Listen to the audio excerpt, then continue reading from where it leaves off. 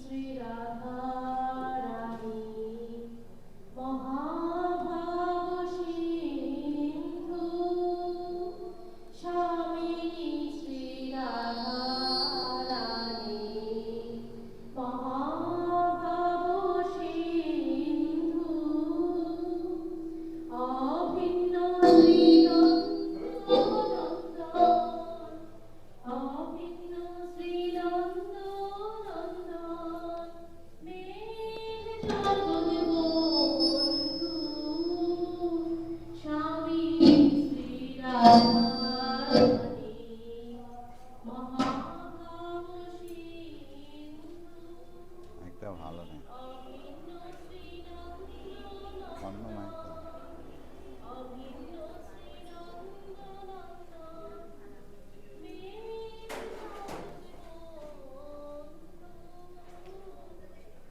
স্বামিনী শ্রী রাধারানী মহাভাব সিন্ধু বরিশানে স্রোতস্বিনী চম্পটি ঠাকুর বরিশানে স্রোতস্বিনী চম্পটি ঠাকুর মানস ষোড়শী শ্রী মহেন্দ্র মূর্ত কৃপাপুর মানস ষোড়শী শ্রী মহেন্দ্র মূর্ত কৃপাপুর স্বামিনী শ্রী রাধা রানী মহাভাব সিন্ধু ষোড়শীতে প্রস্ফুটিত ষোড়শী যোগান ষোড়শীতে প্রস্ফুটিত ষোড়শী যোগান শ্রীকুঞ্জ শ্রীগোপী প্রেম লীলায় উদ্ধারণ শ্রীকুঞ্জ শ্রীগোপী প্রেম লীলায় উদ্ধারণ স্বামিনী শ্রী রাধা রানী মহাভাব সিন্ধু অভিন্ন শ্রীনন্দনন্দন মেঘ জগৎ বন্ধু পদ্ম মধুপানে প্রাণ সদা প্রলোভিত পদ্ম মধুপানে প্রাণ সদা প্রলোভিত আশেপাশে গুঞ্জরিছে মহানাম ব্রত আশেপাশে গুঞ্জরিছে মহানাম ব্রত আশেপাশে গুঞ্জরিছে মহানাম ব্রত স্বামিনী শ্রী রাধা রানী মহাভাব সিন্ধু। জয় জগৎ বন্ধু, জয় তো মহানামব্রত। আমরা একটু শুনলাম একটি মহানাম সম্প্রদায়ের যে গুরু পরম্পরা, তার একটি আবাহন গীতি বা বর্ণনা গীতি। আমাদের পরমারাধ্য গুরুদেব ডক্টর মহানামব্রত ব্রহ্মচারী গুরু মহারাজ, যার জন্মজয়ন্তী উপলক্ষে এই সমস্ত অনুষ্ঠান আলোচিত বা আয়োজিত হচ্ছে, তারই লেখা এই গীতিকা। যেহেতু এটি অতটা পরিচিত নয়, আমি একটু ব্যাখ্যা করে দিচ্ছি গানটা। গুরুমাজি বলছেন যে মহানাম সম্প্রদায়ের গুরু পরম্পরার একদম শিখরে আছেন স্বয়ং রাধারানী। রাধারানী, তাই বলছেন স্বামিনী শ্রী রাধারানী মহাভাবময়ী রাধারানী হচ্ছেন আমাদের গুরু পরম্পরার একদম ওপরে, সবার ওপরে তিনি আছেন। এবং তারপরেই আছেন তার থেকে যে তার নিচেই আছেন অভিন্ন শ্রী নন্দনন্দন মেঘ জগৎবন্ধু। এটা তুলনা করা হয়েছে মহাভাব সিন্ধু, মহাভাবের সাগর সিন্ধু। যে সাগর তো কৃপা করতে পারে না, এই সাগরের জল যখন বাষ্প হয়ে মেঘ হয়, সেই মেঘ হয়ে তিনি হলেন প্রভু জগৎবন্ধু। কেন মেঘ হলেন? জগৎজীবকে কৃপা করবেন বলে। সেই মহাভাব, বিশাল সমুদ্র রূপী মহাভাব, তার তল আমরা পেতে পারি না, তাকে স্পর্শও করতে পারি না। না বুঝে যখন তাকে আমি মুখে দিতে যাই, আস্বাদ করতে যাই, তখন নোনতা লাগে, কারণ আমি তাকে বুঝতে পারি না। কিন্তু সেই জলই যখন মেঘ হয়ে আমাদের ওপর আসে, তখন সেইটা আমরা আস্বাদন করতে পারি। প্রভু তাই মেঘ, সেই মহাভাবের যেটা হেম নিষ্কর্ষিত রূপ, সেই মেঘ রূপ প্রভু জগৎবন্ধু সুন্দর। মেঘ হলেন কেন? জগৎজীবকে কৃপা করে। সেই মেঘ তারপরে তাই বলছেন বরিশনে স্রোতস্বিনী চম্পটি ঠাকুর। এই মেঘ থেকে যে মহাভাব ধারা বেরোলো, সেটা প্রথম কার মধ্যে এলো? আচার্য চম্পটি ঠাকুর, যিনি প্রভু এবং রাধারানী তো স্বয়ং ভগবত তত্ত্ব, কিন্তু আমাদের মহানাম সম্প্রদায় গুরু পরম্পরায় সবার উপরে শ্রীপাদ মহেন্দ্রজি চম্পটি ঠাকুরকেই মানতেন। চম্পটি ঠাকুর হচ্ছেন স্রোতস্বিনী হয়ে তিনি এই মেঘের যে মহাভাব রূপী যে ধারা, সেটা প্রথম ধরলেন।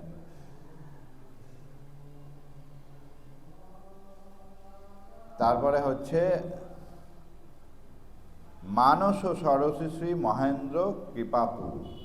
এই যে স্রোতস্বিনী ধারাটা যে এলো, কৃপার ধারা, অর্থাৎ মহাভাব রূপী কৃপার ধারা, সেটা তো একটা জায়গায় ধরতে হবে। সেই যে যিনি ধরলেন, মেঘের জল এসে যখন একটা জায়গায় জমা হয়, তখন সেটা সরসী, অর্থাৎ একটা পুকুর বা হ্রদ হয়। সেই পুকুর বা হ্রদ যেখানে মহাভাব এর এই ধারা, কৃপার ধারাটাকে ধরা হলো, এটি হচ্ছেন শ্রীপাদ মহেন্দ্রজি। হ্যাঁ, কি সুন্দর তুলনা একটা করেছেন। এবার কি হলো? সেই যে সরসী অর্থাৎ যে হ্রদ, সেখানে অনেকগুলো পদ্ম ফুল ফুটলো, অনেকগুলো। এই মহাভাবের তো নানা বৈচিত্র্য, সেই বৈচিত্র্যময় সব পদ্ম ফুল, অর্থাৎ শ্রীপাদ মহেন্দ্রজির দিকপাল সব শিষ্যরা, মহানাম সম্প্রদায়ের প্রাচীন আচার্যবর্গ, আপনারা নাম শুনে থাকবেন, তারা সবাই এই কারা কারা? শ্রীপাদ কুঞ্জ দাসজি। হ্যাঁ, প্রথম শ্রীপাদ কুঞ্জ দাসজি, তিনি আমাদের নামাচার্য। তারপরে গোপী শ্রী কুঞ্জ শ্রী গোপী, অর্থাৎ গোপীবন্ধু ব্রহ্মচারী, যিনি আমাদের লীলা কীর্তনাচার্য, পদকীর্তনাচার্য। তারপরে প্রেমদাসজি, প্রেমদাস ব্রহ্মচারী, অত্যন্ত সুকণ্ঠী সঙ্গীতাচার্য। লীলা প্রকাশ ব্রহ্মচারী, হ্যাঁ, তিনি লীলা রচয়িতা আচার্য। উদ্ধারণ দাসজি, তিনিও কীর্তন এবং বিরাট মহানামের প্রচারক আচার্য। তো এইরকম সব মহা আচার্যরা, তারা যেন মহেন্দ্রজি রূপ, সেই যে একটা কৃপার যে মহাভাবের যে একটা সরসী, সেখানে তারা ফুটে উঠল। তারপরে আত্মপরিচয় দিতে গিয়ে মহানামব্রতজি বলছেন, তারপরে পদ্মমধু পানে মন সদা প্রলোভিত, আশেপাশে গুঞ্জরিছে মহানামব্রত। তিনিও তো, যদি আমরা হিসাবে ধরি, তিনিও তো মহেন্দ্রজির শিষ্য, তাহলে তিনিও তো ওই সরসীরই একটা পদ্মফুল বলতে পারতেন নিজেকে, কিন্তু তিনি তা বললেন না। তিনি কি বললেন? পদ্মমধু পানে মন সদা প্রলোভিত, আশেপাশে গুঞ্জরিছে মহানাম। অর্থাৎ তিনি একটা পদ্ম নন, সব কটা পদ্মের মধুই তিনি পান করছেন। তিনি একটা পদ্ম নন, এই মহানাম রূপী যে মহানাম রূপী মহাভাবের যে ধারা প্রভু বন্ধু সুন্দর তৈরি করেছেন, সেটি যখন জমা হলো মহেন্দ্রজিতে এসে, সেখানে যত রকম পদ্ম ফুল ফুটলো, নানা বৈচিত্র্য, কেউ বললাম নামাচার্য, কেউ লীলাচার্য, কেউ কীর্তনাচার্য, কেউ পদকর্তা, এইরকম, হ্যাঁ, কেউ এখানে নাম দেওয়া হয়নি বাট তিনিও আছেন, বৃন্দাবনদাসজি মৃদঙ্গাচার্য, এরকম যে যত, কেউ দর্শনে, কেউ লীলা রচয়িতা, সবার থেকে ডক্টর মহানামব্রত ব্রহ্মচারী কিন্তু মধু আহরণ করলেন ভ্রমর হয়ে। অর্থাৎ তিনি কোনো একটা জিনিস সবার থেকে তিনি রস সংগ্রহ করেছেন। কেন করেছেন? পদ্মের যে মধু, সেটা তো আমরা আস্বাদন করতে পারি না, সেটা ভ্রমর বা মৌমাছি তুলে রাখে। তুলে কি করে? সেটা চাকে রাখে, চাকে রাখলে আমরা অভাজন সেটা পেতে পারি, মধুটা তাই পাই। তো গুরু মহারাজজি সেই রকম কাজ করলেন, তিনি সবার থেকে মধু সংগ্রহ করে সেটা একটা চাকে রাখলেন। এই চাকটার নাম হচ্ছে মহানামব্রত কালচারাল অ্যান্ড ওয়েলফেয়ার ট্রাস্ট। প্রায় শতাধিক গ্রন্থ তিনি রচনা করলেন, যেখানে এই সব মধুটা সংগ্রহ করা, সেখানে এই মধু সংগ্রহ করা, এবং ভবিষ্যতে যাতে জগৎ জীব এটাকে আস্বাদন করতে পারে। হ্যাঁ, প্রভু বলেছেন আমার লীলা সহস্র বৎসর চলবে। এই সহস্র বৎসর মহানামব্রতজির গ্রন্থও থাকবে। আমাদের এই মন্দির না থাকতে পারে, মহানামঙ্গন না থাকতে পারে, শ্রী অঙ্গনও না থাকতে, কোনো কিছুই না থাকতে পারে, কিন্তু গ্রন্থ বেঁচে থাকবে। আপনারা চিন্তা করুন, আজ কেউ বলছে 10,000 বছর, কেউ বলছে 15, কেউ বলছে 5,000, হিসাব নেই। আগে বেদ, পুরাণ এগুলি রচনা হয়েছিল। 5,000 বছর আগে গীতা ভগবান বলে গেছিলেন। সেই সব তো কিচ্ছু নেই। আছে কৌরব সাম্রাজ্য আছে, পাণ্ডবদের হস্তিনাপুর আছে, কিচ্ছু নেই, কিন্তু গীতা আছে, ঠিক তদ্রূপ এই গ্রন্থের মাধ্যমে মহানামব্রতজি কিন্তু মহানাম সম্প্রদায়ের যে রত্নগুলো, সেটা প্রভু জগৎবন্ধুর কৃপায় প্রস্ফুটিত হলো, সেটা তিনি রেখে গেলেন, থাকবে।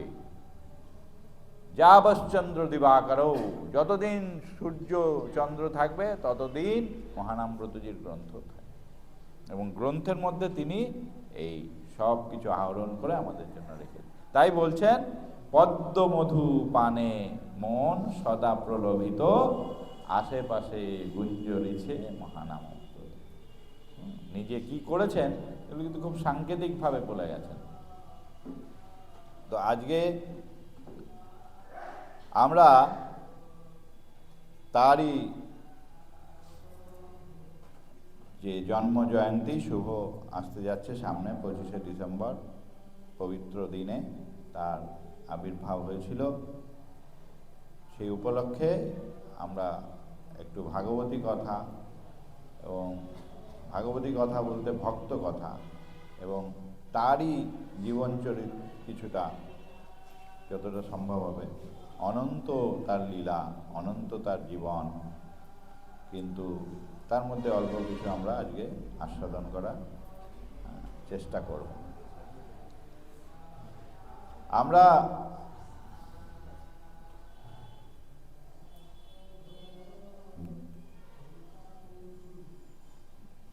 গৌরচন্দ্রিকায় বলেছি, বন্দে শ্রীকৃষ্ণ চৈতন্য নিত্যানন্দ সহদিত গৌড়াদয় পুষ্পবন্ত চিত্র শান্ত তমন্ত।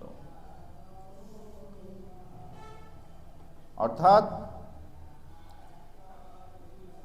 এই গৌড় দেশে, পূর্ব দেশে আমাদের গৌড় সুন্দর এবং নিতাই সুন্দর দুই ভাই একসাথে যুগপৎ উদিত হলেন। কিরকম? চন্দ্র সূর্যের। চন্দ্র সূর্য একসাথে ওঠে না, কিন্তু এরা কৃপা করে একসাথে উদিত হলেন। গুরু মহারাজজি ডক্টর মহানামব্রত ব্রহ্মচারীজি বলছেন যে চাঁদই উঠুক আর সূর্যই উঠুক, অন্ধকার দূর হয়, কিন্তু অন্ধকার দূর হওয়াটা বড় কথা না। অন্ধকার দূর হয়ে তুমি কি পেলে? অন্ধকার চলে গেল, কিন্তু তার অন্ধকার দূর হয়ে তুমি কি পেলে, সেইটা হচ্ছে বড়। কি পেলে? অন্ধকার এই তো কি পেলাম আমরা? এই যে চন্দ্র সূর্যের ন্যায় উদিত হলেন, তাতে আমরা কি পেলাম? বাইরের যে চন্দ্র সূর্য, সেটা বহির্জগতের অন্ধকার দূর করে, কিন্তু এই দুই ভাই কি করলেন? আমাদের অন্তর্জগতের অন্ধকার দূর করলেন। দুই ভাই হৃদয়ের খালি অন্ধকার, দুই ভাগবত সঙ্গে করার সাক্ষাৎকার। আমরা জানি ভাগবত একটাই ভাগবত, যে গ্রন্থ ভাগবত আমরা আস্বাদন করি, পূজা করি, পাঠ করি, কিন্তু বলছেন দুই ভাগবত। ভাগবত দুটো, একটা না, দুটো।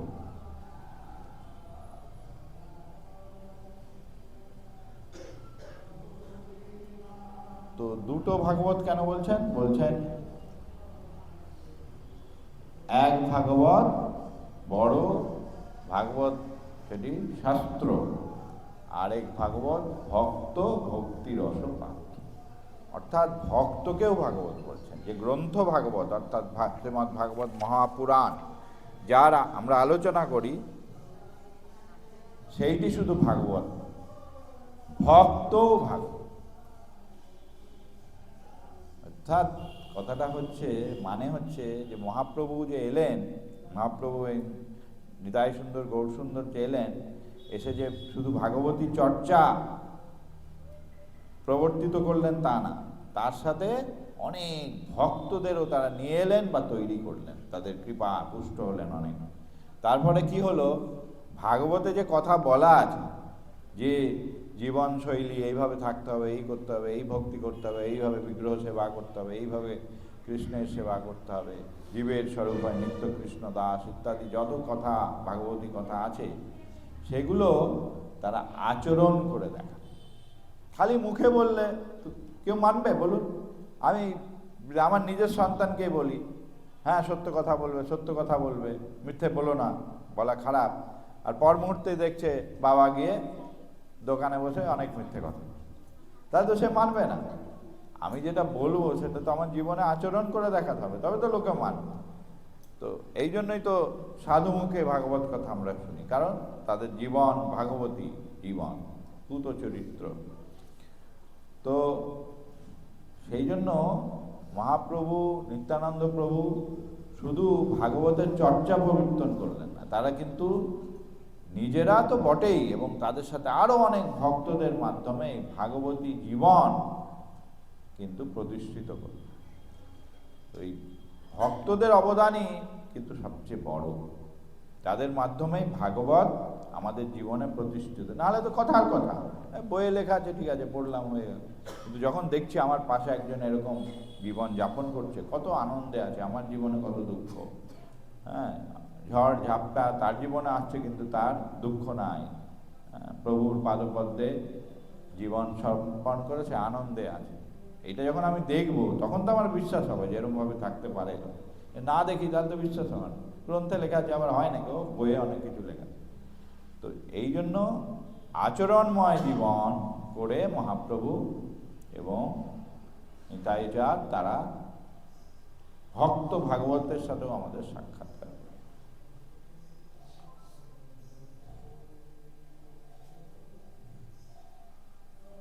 যদি আক্ষরিক অর্থে ধরা হয়, ভাগবতম ইদম ভাগবত, মানে ভাগবতের মানে হচ্ছে যে ভগবানের লীলা কথা, ভগবানের লীলা কথা হচ্ছে ভাগবত, কিন্তু ভক্ত কথাও ভাগবত।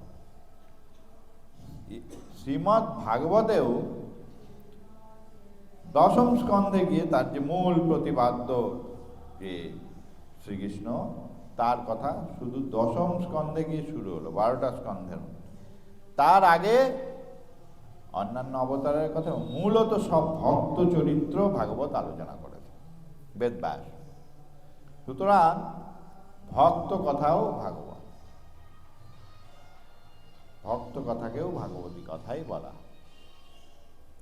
তো আজকে আমরা সেইরকম একজন ভাগবতী ভক্ত, যিনিও মহাপ্রভু, নিতাই চাঁদ এদের যে পার্শ্বদ ছিলেন তাদের মতোই ভাগবতী জীবন তিনি জাতিতে প্রতিষ্ঠা করেছেন, যাকে চলন্ত ভাগবত বলা হয়। তার গুরুদেব স্বয়ং তাকে ভাগবত গঙ্গোত্তরী উপাধি দিয়েছিলেন। এই ডক্টর মহানামব্রত ব্রহ্মচারীজির কিছু ভৌত চরিত্র আমরা আজকে ভাগবতী কথা আস্বাদন করার চেষ্টা করব। যার কথা আলোচনা করব, প্রথমে আমাদের জানতে হবে যে তিনি, তার স্বরূপটা কি, তিনি কে ছিলেন, তবে তো তার কথা আমরা একটু বুঝতে পারব যে মহানামব্রত ব্রহ্মচারী কে ছিলেন।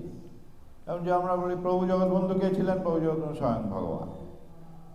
তো মহানামব্রত ব্রহ্মচারী কে ছিলেন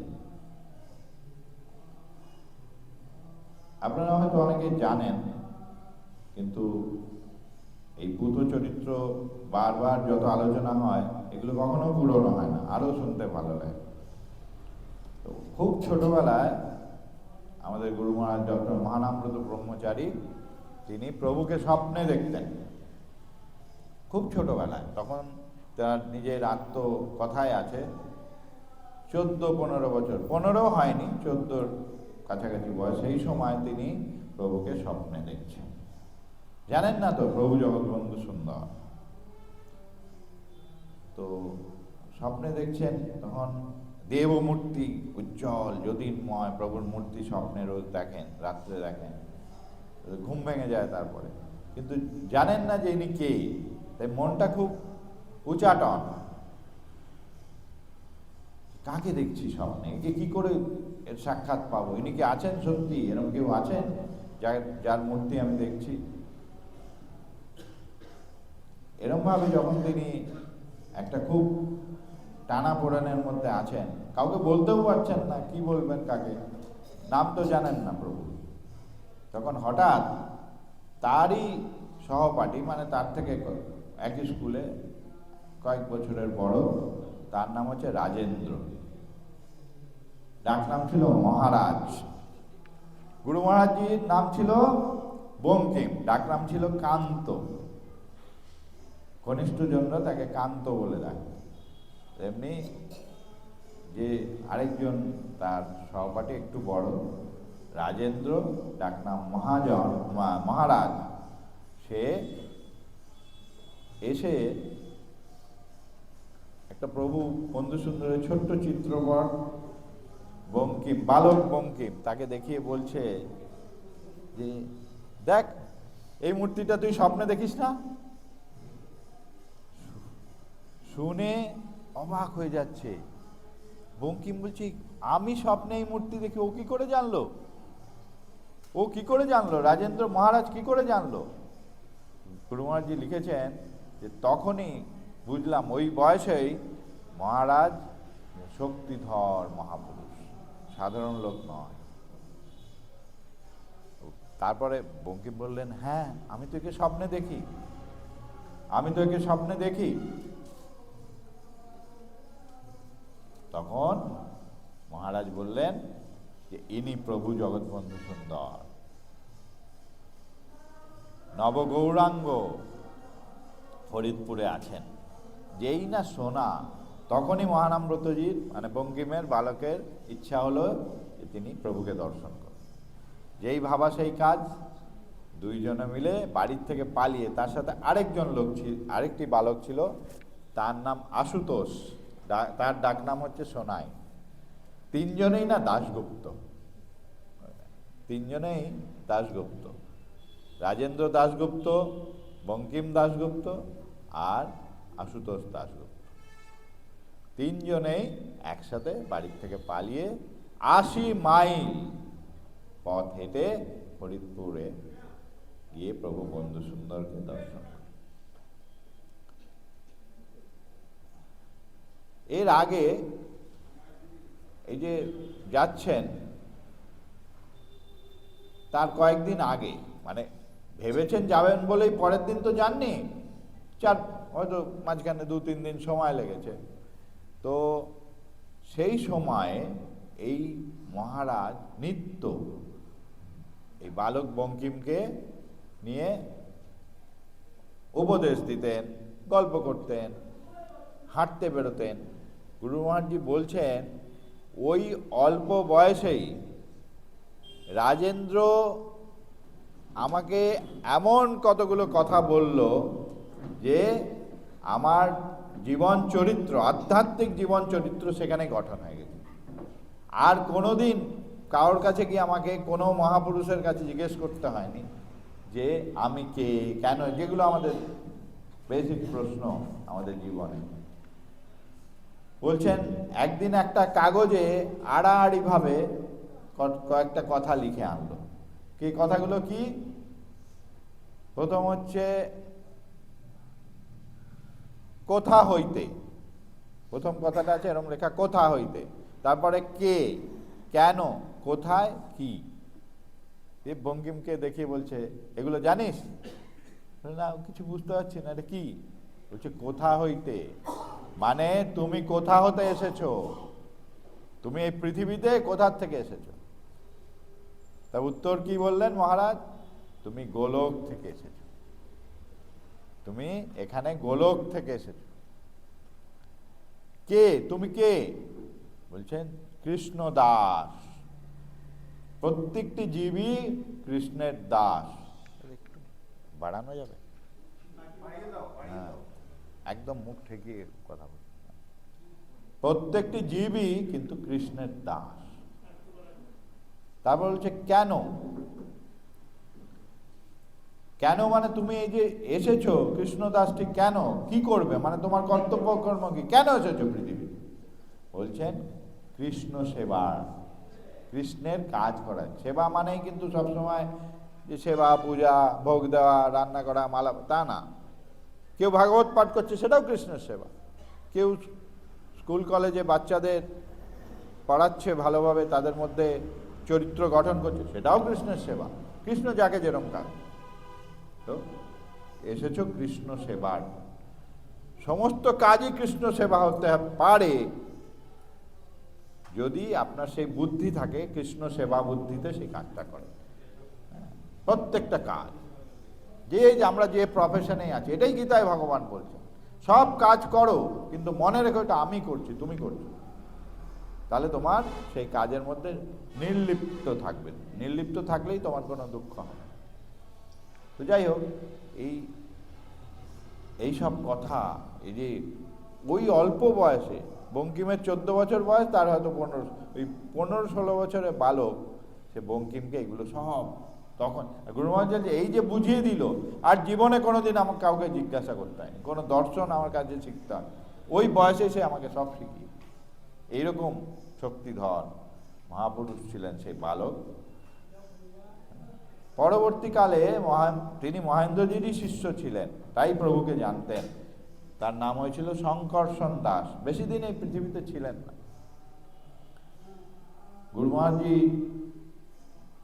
বা আমাদের মনে হয় হয়তো গুরু মহারাজজিকে এই প্রভুর মহেন্দ্রজির প্রতি এই যে পথ নির্দেশ করা যায়, তিনি এসেছিলেন। তাকে গুরু মহারাজজি বর্তোদ্দেশ গুরু বলেছেন। গুরুর সাথে যিনি প্রথম পরিচয় করিয়ে দেন, দেখা করিয়ে দেন, তাকে বলে বর্তোদ্দেশ গুরু। এই রাজেন্দ্র বা মহারাজ, গুরু মহারাজজির বা তার সন্ন্যাস নাম শঙ্কর্ষণ দাস, তিনি ডক্টর মহানামব্রত ব্রহ্মচারীজির বর্তোদ্দেশ গুরু ছিলেন।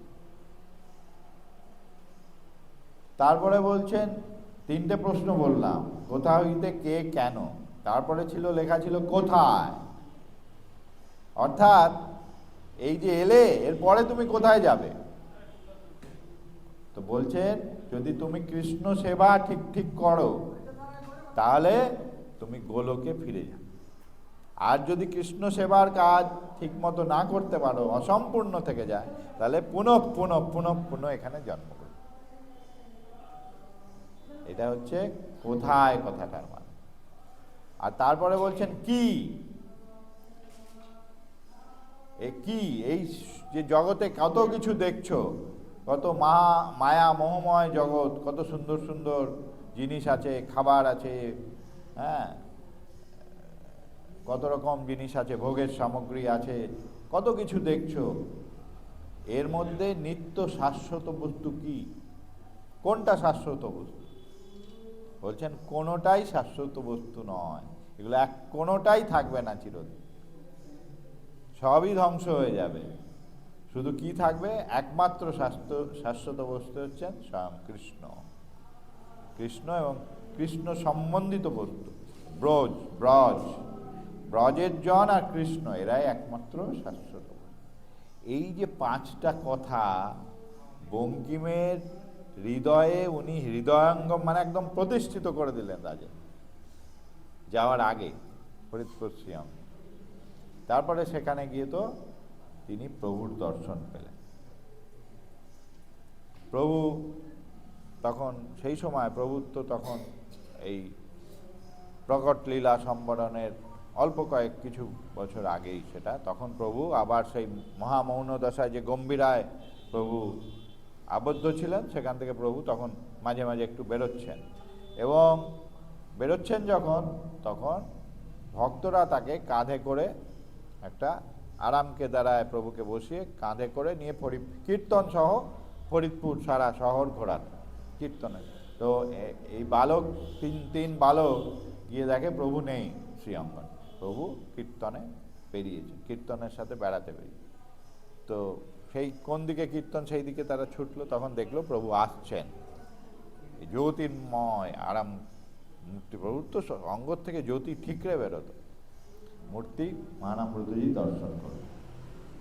এবং খুব অন্তরঙ্গ কারো কাছে আমরা শুনেছি যে প্রভুকে যখন তিনি প্রথম দর্শন করেন, তিনি দেখেন যে প্রভু নন, সাক্ষাৎ কৃষ্ণ বুকে হাত দিয়ে বসে।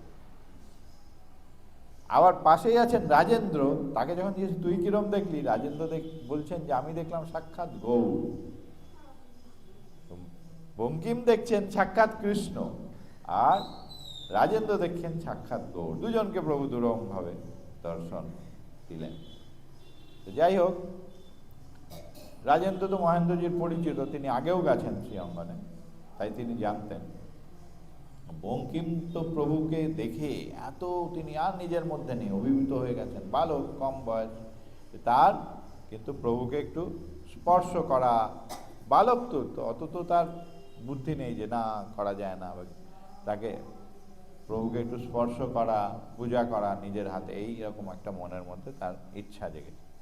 কিন্তু প্রভু তো সেই গম্ভীরা মন্দিরের মধ্যে থাকেন, সেখানে সহজে ঢোকা যায় না, এবং অল্প বয়সী বালক, তাদের ঢুকতে দেবে না। তো তখন তিনি কি করলেন, ওই যখন আরাম কেদারাটা মধ্যে প্রভু যাচ্ছেন, তিনি তার তলায় ঢুকে ভেতরে ঢুকে যাবেন এরকম একটা চেষ্টা করলেন। কিন্তু যখন চেষ্টা করলেন, তখন এক ভক্ত, রাজেশ্বর নামে এক ভক্ত দেখে ফেলেন, দেখে বলছে এই বাচ্চা ছেলে কোথায় যাচ্ছ, বেরো বেরো, ঢোকা যাবে না প্রভুর ঘরে।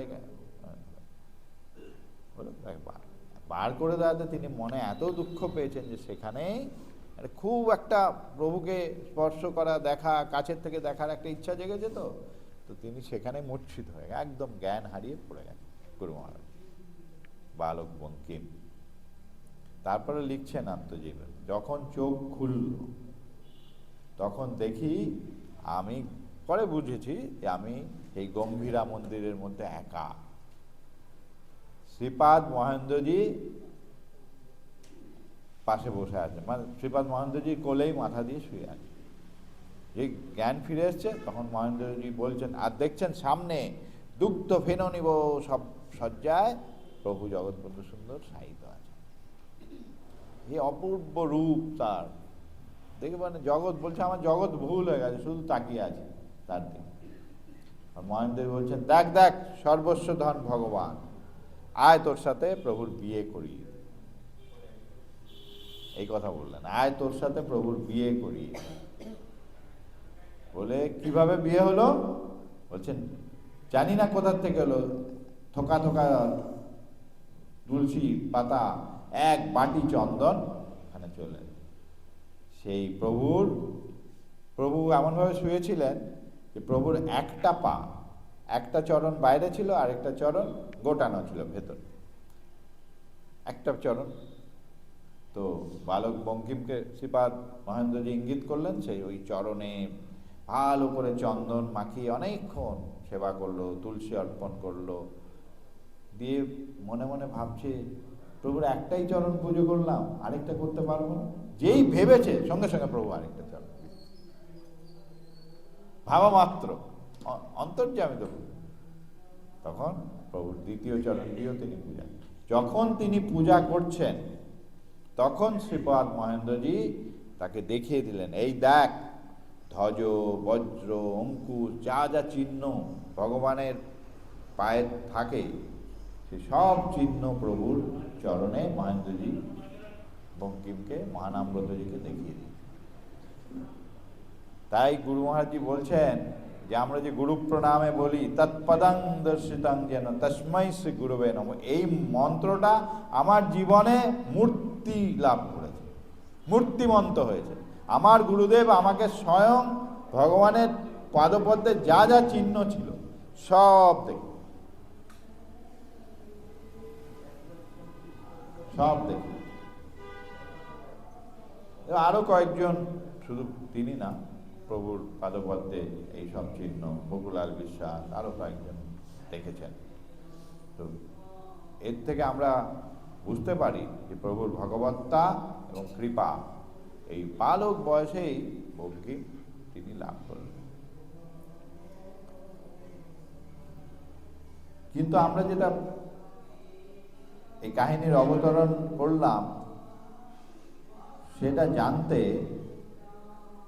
যে মহানামব্রতজি কে ছিলেন, সেটা আমরা প্রথম বলেছিলাম যে মহানামব্রতজি কে ছিলেন। এই অনেকক্ষণ প্রভুর ঘরে থাকার পরে যখন বেরিয়ে এলেন তখন রাজেন্দ্র বাইরে ছিলেন। পরে জানতে পারলেন যে তিনি অজ্ঞান হয়ে গেছেন বলে শ্রীপাদ মহেন্দ্রজি কৃপা করে তাকে নিজের হাতে কোলে তুলে ভেতরে নিয়ে গেলেন।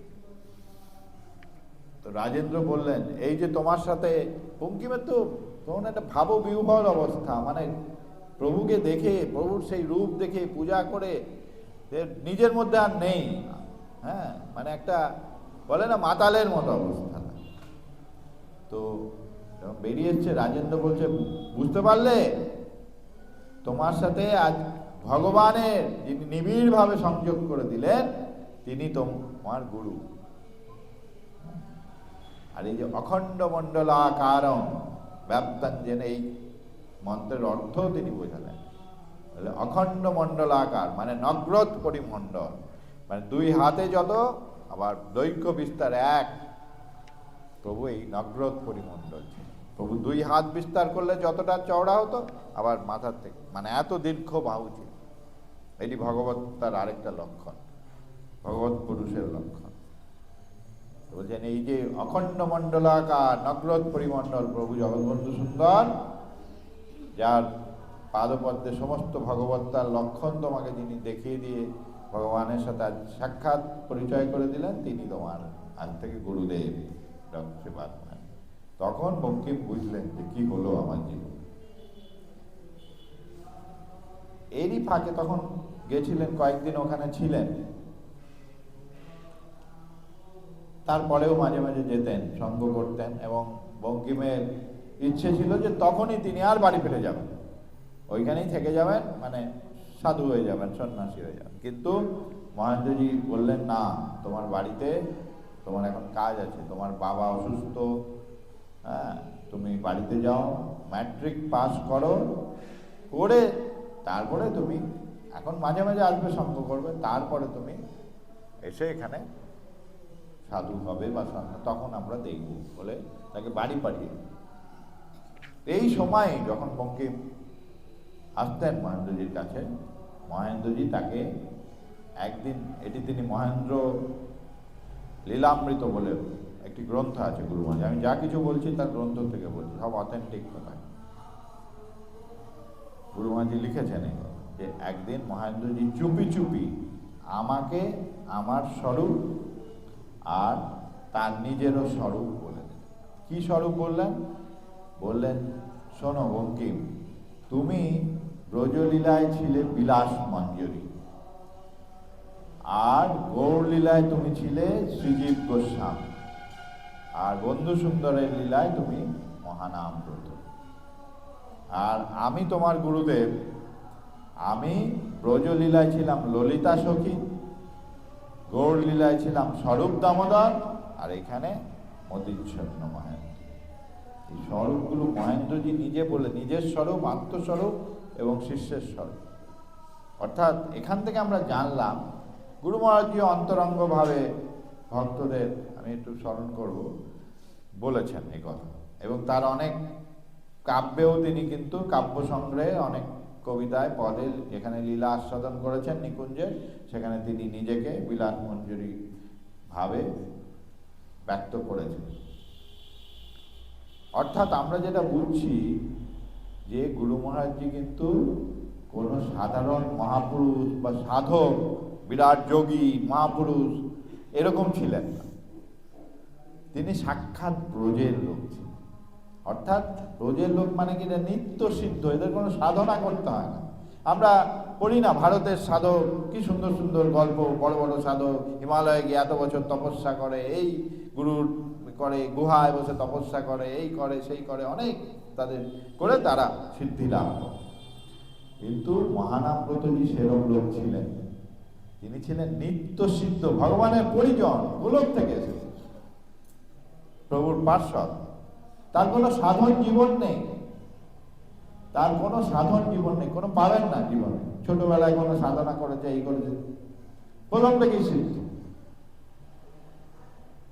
30 বছর বয়সে আমেরিকায় গেছেন, তার আগেই তিনি যেসব তার লেখা যে গ্রন্থগুলো লিখে গেছেন সেগুলো পড়লে মানে তার লেখা সবচেয়ে কঠিন এবং সবচেয়ে গভীর তত্ত্বসম্বন্ধ গ্রন্থ দুটো, চটি বই বেশিরভাগ লোকই পড়ে না, মহামৃত্যু রঙ্গ, চন্দ্রপাত, মাধুর্য বিন্দু, দুটোই তিনি আমেরিকা যাওয়ার আগে লিখেছেন, 30 বছর বয়স মাত্র। এই দুটোই তার হচ্ছে সবচেয়ে গভীরতম গ্রন্থ। এবং তখনই তার ভজন কত উন্নত, কোথায় ছিল ধারণা করা যায়।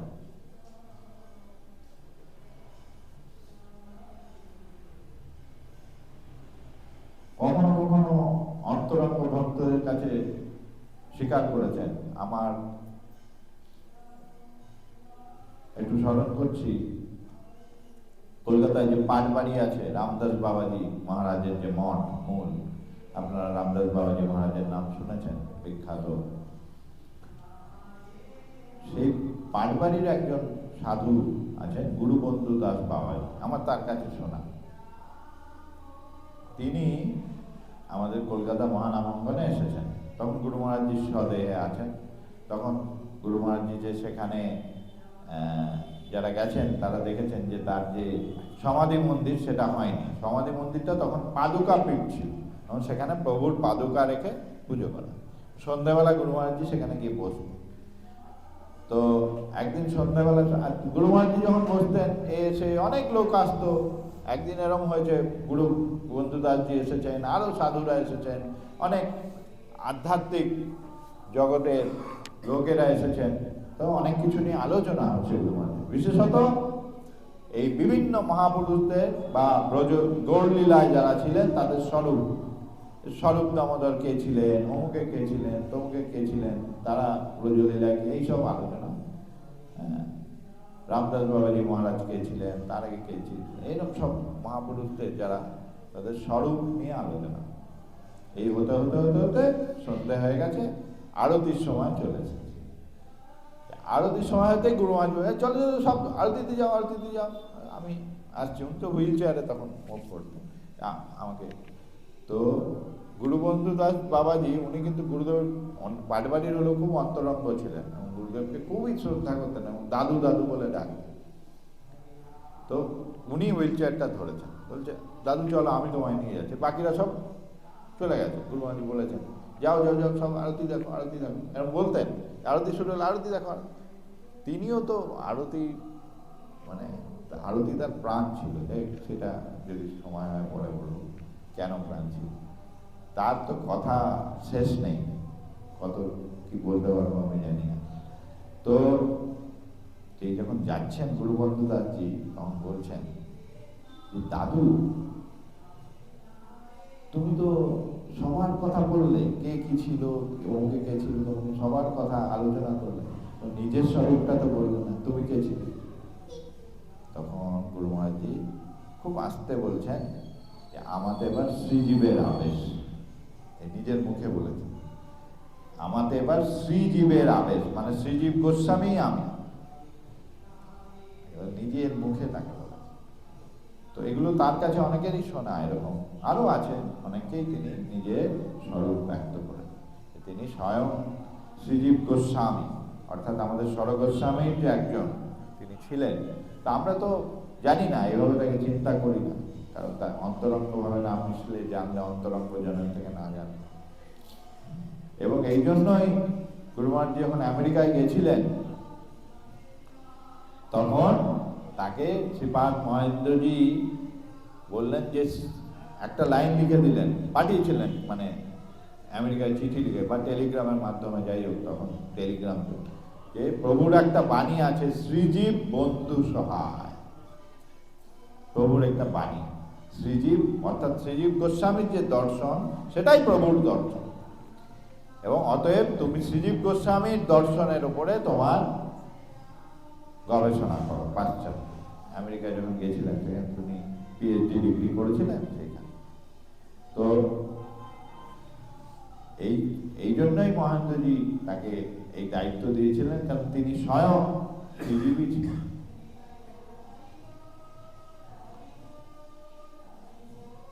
তার স্বরূপ আরো বড় বড় মহাপুরুষরা এক এক রকম ভাবে তাকে দর্শন করেছেন, অনেকের কাছে আমাদের শোনা।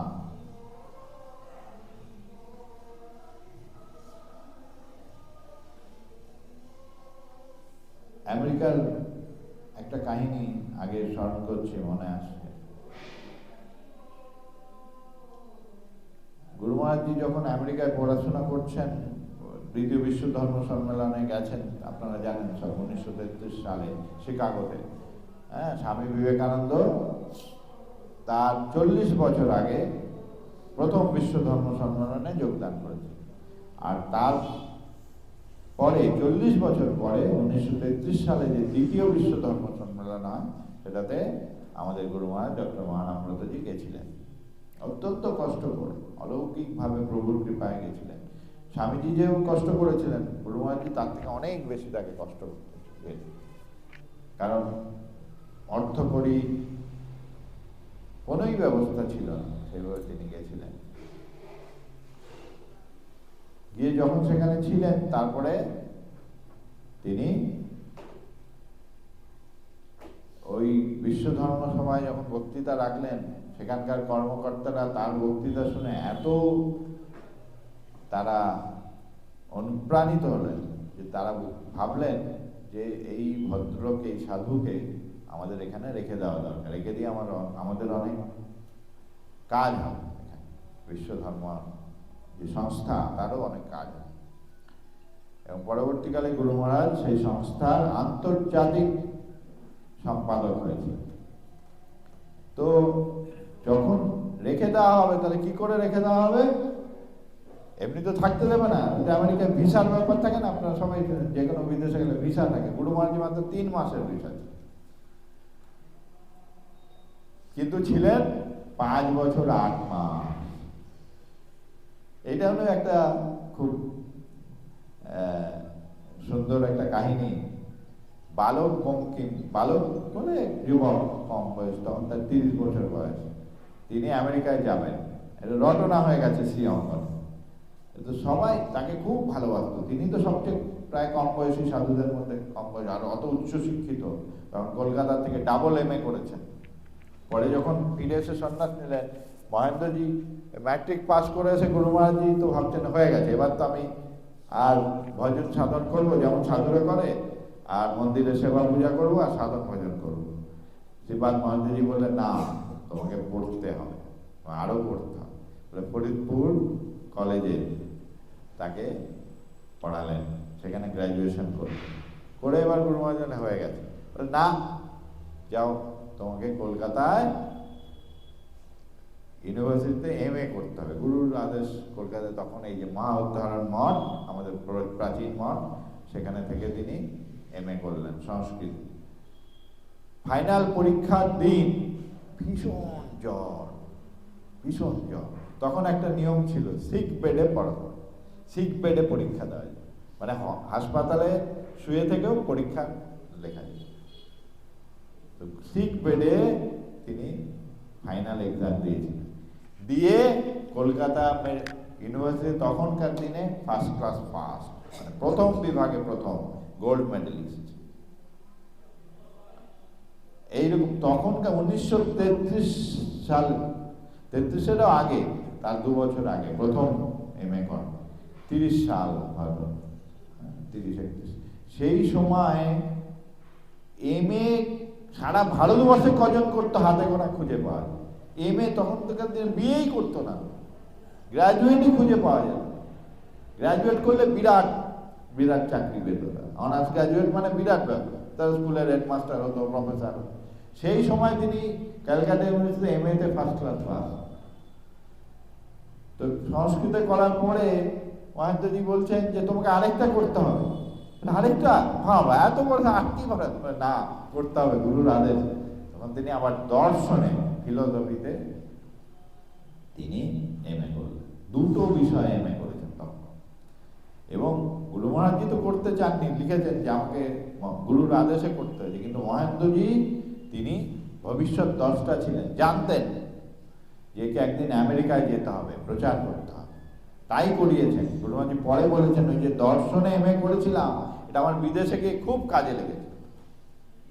নাহলে ওখানে বিভিন্ন সভায় দার্শনিকদের সাথে আলোচনা, অন্য ধর্মের দর্শন নিয়ে আলোচনা, সেখানে আমাদের হিন্দু ধর্মের কে তুলে ধরা, এটা আমি পারতাম না যদি আমার দর্শনে জ্ঞান না।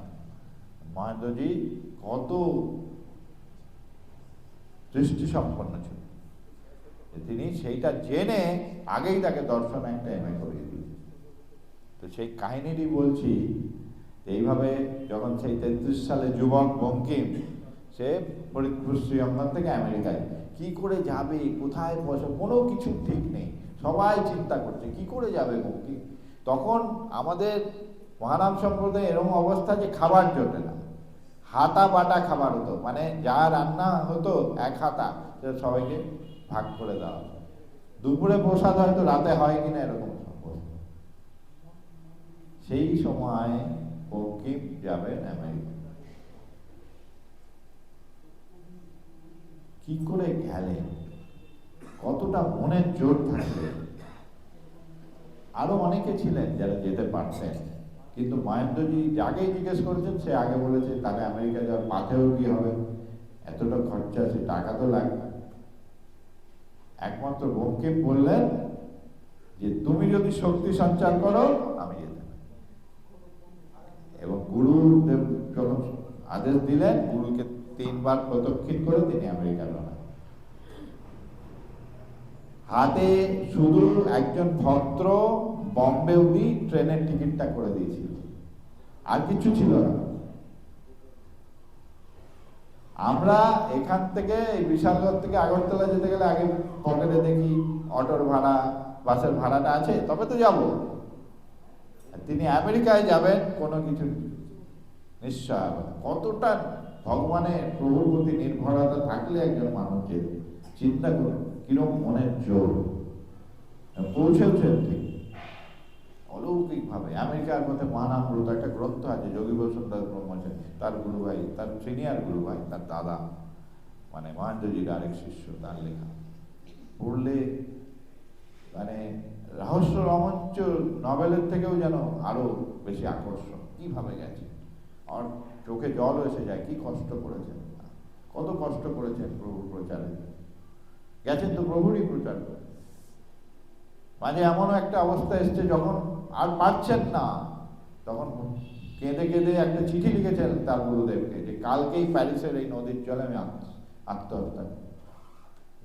প্রভুর তোমার নির্দেশ পালন করতে পারলাম না, প্রভুর প্রচার আমি করতে পারলাম না, সেই রাত্রে জ্যোতির্ময় মূর্তিতে প্রভু তাকে দর্শন দেন। জ্যোতির্ময় মূর্তিকে প্রভুকে বলছেন, সেই দর্শন পেয়ে আমার সব চিন্তা দূর হয়ে গেল। সকালবেলা উঠে হাঁটতে হাঁটতে ওই যারা ট্রাভেল এজেন্ট থাকে, এখনো আছে নাম করা সেই তাদের একটা অফিসে গেলেন এমনি, তারা বলে যে তোমার নামে আজকে একটা মানি অর্ডার এসেছে, $450 মানি অর্ডার। গুরু মহারাজজি বলছেন যে আজ পর্যন্ত আমি জানি না ওই মানি অর্ডারটা কে করেছে, কোথাও কিচ্ছু লেখা নেই। যে লিখবে সে তো একটা মানি অর্ডার নিচে, তখনকার দিনে আমরা যারা পুরোনো লোক জানেন চিরকুট লেখা হতো যে আমি টাকা পাঠালাম, জানি না কি টাকাটা। সেই টাকা দিয়ে টিকিট করে তিনি প্যারিস থেকে আবার এরকম তো ভেঙে ভেঙে যাচ্ছিলেন। দিল্লি থেকে বম্বেতে সেই সোনার মেডেলটা বন্ধক দিয়ে সামান্য টাকা, সেই টাকায় ডেক প্যাসেঞ্জার, ওই ডেক প্যাসেঞ্জার মানে জানেন, ডেক প্যাসেঞ্জার মানে তার ঘর নেই, কেবিন নেই, কিচ্ছু নেই, ওই যে জাহাজের খোলা ডেকের মধ্যে থাকতাম। ঝড় জল বৃষ্টি সব আসছে, ঠান্ডা, চরম ঠান্ডা ইউরোপে, সেই ডেকের ওপরে বসে যাচ্ছে, খাওয়ার ঠিক নেই, রান্নার ঠিক নেই। তিনি চলেছেন আমেরিকা। তো এইভাবে এত কষ্ট করে গেছে আমেরিকা। যাওয়ার আগে যে কাহিনীটা বলছিলাম, সবাই চিন্তা করছে, তাই সবাই ভাবছে যে ঠিক আছে এখান থেকে যাবে, জাহাজে শুনেছি যেতে মাসখানেক লাগে, তারপরে ওখানে হয়তো 1 মাস সভা কাজ টাজ করবে, তারপরে আবার 1 মাসে ফিরে, 3 মাস 3-4 মাসে বঙ্কিম ফিরে আসে। সবারই এটা ধারণা, যাচ্ছে 3-4 মাসে ফিরে আসে। তো যখন সবার কাছে মহেন্দ্রজি যারা সিনিয়র বঙ্কিমকে নিয়ে যাচ্ছেন তাদের আশীর্বাদ নেওয়ার জন্য, তখন সেখানে সবচেয়ে সিনিয়র মোস্ট ছিলেন দিগম্বরী দেবী। আপনারা তো নাম শুনেছেন, প্রভুকে কোলে পিঠে করে মানুষ করেছেন, প্রভুর জ্যাঠতো দিদি। প্রভু তো ছোটবেলায় মাকে হারিয়েছেন, তারপরে জ্যাঠাইমাকেও হারিয়েছেন, পরে এই দিগম্বরী দেবী বিধবা প্রভুর দিদি, তিনি প্রভু থেকে বয়সে বড়, তিনি প্রভুকে কোলে পিঠে করে মানুষ, তিনি তখন জীবিত ছিলেন। সবাই তাকে দিদিমা দিদিমা বলত। এই দিদিমার কাছে যখন বঙ্কিম বিদায় নিতে গেছে, তখন দিদিমা জিজ্ঞেস করলেন মহেন্দ্রজিকে যে বঙ্কিম কদিনের জন্য যাচ্ছে, কবে ফিরবে? জিজ্ঞেস করেন না, যাচ্ছে তাহলে কবে ফিরবে? সবারই ধারণা, দিদিমাও আগে শুনেছেন যে হয়তো 3-4 মাস যাবে, 1 মাস যেতে লাগে, 1 মাস আসতে লাগে, ওখানে মাসখানেকের কাজ, 3 মাস কি 4 মাসে ফিরে আসতে হবে, ঘরের ছেলে ঘরে ফিরে। মহেন্দ্রজি হঠাৎ করে বললেন যে 5-6 বছর না থাকিলে হবে না। শুনে দিদিমা হো হো করে হেসে উঠে বললেন, এই জন্যই তোমাকে মতিচ্ছন্ন বল। বলছেন এই জন্যই তুমি নামের আগে মতিচ্ছন্ন লেখো, মাথার কোনো ঠিক নাই তোমার। 5-6 বছর কি করতে, মানে উনি ভাবছেন যে যাবে বক্তৃতা দেবে চলে আসবে, 5-6 বছর কি করবে ওখানে, বাচ্চা ছেলে। মহেন্দ্রজি জানেন আগেই ঠিক 5 বছর 8 মাস ছিলেন। কিরকম ভবিষ্যৎ দ্রষ্টা মহাপুরুষ ছিলেন শ্রীপাদ মহারাজ, যেমনি গুরু তেমনি চেলা, এটা আমরা এখানে বুঝতে পারি। তো তারপরে গেছিলেন আমেরিকায়, সেখানে কি করে থাকবেন, ওই যে কর্মকর্তারা ভাবছেন কি করে রাখা যায়, তখন রাখতে গেলে সেই জন্য তাকে শিকাগো ইউনিভার্সিটি বিশ্ববিদ্যালয়ে তাকে পিএইচডি অর্থাৎ গবেষণার কাজ করার জন্য যে স্টুডেন্ট হিসাবে তারা দাখিল করে দিলেন। তারা এইসব ব্যবস্থাপত্র করে, তারা গুরু মহারাজজি অনেক প্রচেষ্টা করেছেন, অনেক প্রচেষ্টা, মানে খুব কঠিন প্রচেষ্টা তাকে করতে হয়েছে। তখনকার দিনে ফিলোসফি দর্শনে করেছেন, তো দর্শনে পিএইচডি করতে গেলে ওদের দেশে ইংরেজি ছাড়া, ইংরেজি সংস্কৃত জানতেন, আরো তাকে 3টে ভাষা শিখতে হয়েছে। ফরাসি ভাষা, ফ্রেঞ্চ, গ্রিক আর ল্যাটিন, না ফ্রেঞ্চ, জার্মান আর ল্যাটিন, তিনটে ভাষা শিখতে হবে। এই তিনটে আরো ভাষা না শিখলে ওখানে তখনকার দিনে দর্শনের, কারণ শুধু তো ভারতীয় দর্শন পড়লে হবে না, পাশ্চাত্য দর্শন পড়তে হবে। এবং তখন পাশ্চাত্য দর্শনের অরিজিনাল বই সব কিন্তু ফ্রেঞ্চ ভাষা, জার্মান ভাষা, ল্যাটিন, মানে পুরনো যে ভাষা ইউরোপের, সেই ভাষায় লেখা। আমাদের যেমন সংস্কৃত, ওদের ল্যাটিন। সব ইউরোপীয় ভাষার জনক হচ্ছে ল্যাটিন, যেটা আমাদের ইটালি অর্থাৎ রোমে ব্যবহার। তো এই তিনটে ভাষা তাকে শিখতে হয়েছে, কত পরিশ্রম করতে হয়েছে তিনটে ভাষা শেখার জন্য। এটা গুরু মহারাজজির যদি আমেরিকার চিঠি আপনারা পড়েন, সেখানে অনেক জায়গায় তিনি লিখছেন এগুলো। তিনটে নতুন ভাষা তাকে তখন করায়ত্ত করতে হয়েছে আমেরিকায়, পিএইচডি স্টুডেন্ট বলে পিএইচডিতে ভর্তি হলেন, এবং তার সাথে সাথে প্রভুর প্রচারের কাজও চলতে লাগলো। এবং প্রথম বিশ্ব ধর্ম সম্মেলনের পরে আবার এই দ্বিতীয় বিশ্ব ধর্ম সম্মেলনের পরে আবার লন্ডনে একটা 1936 সালে আবার একটা আন্তর্জাতিক এবং বিশ্ব ধর্ম সম্মেলন, সেখানেও গুরু মহারাজজি গেছিলেন। তখন তো তিনি এই যে বিশ্ব ধর্ম সংস্থা, ওয়ার্ল্ড ফেলোশিপ অফ ফেথ, তার একজন কর্মকর্তা, বললাম না, তাই আন্তর্জাতিক সম্পাদক হয়ে গেছিলেন। সেই হিসাবে তিনি সেখানে গেছিলেন। কত বড় বড় পাশ্চাত্যের মনীষীরা তার সংস্পর্শে এসেছেন, তার কত প্রশংসা করেছেন। তার মধ্যে বিস্তৃত আমরা যাচ্ছি না। এর মধ্যে একটা ঘটনা,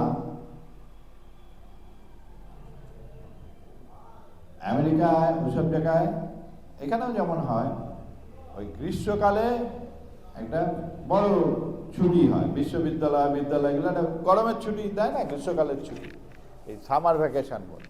সেই সময়টা প্রায় 2-3 মাস সব ছেলেপুলেরা ইউনিভার্সিটি ছেড়ে তারা চলে যায়। গুরু মহারাজজি কোথায় যাবেন?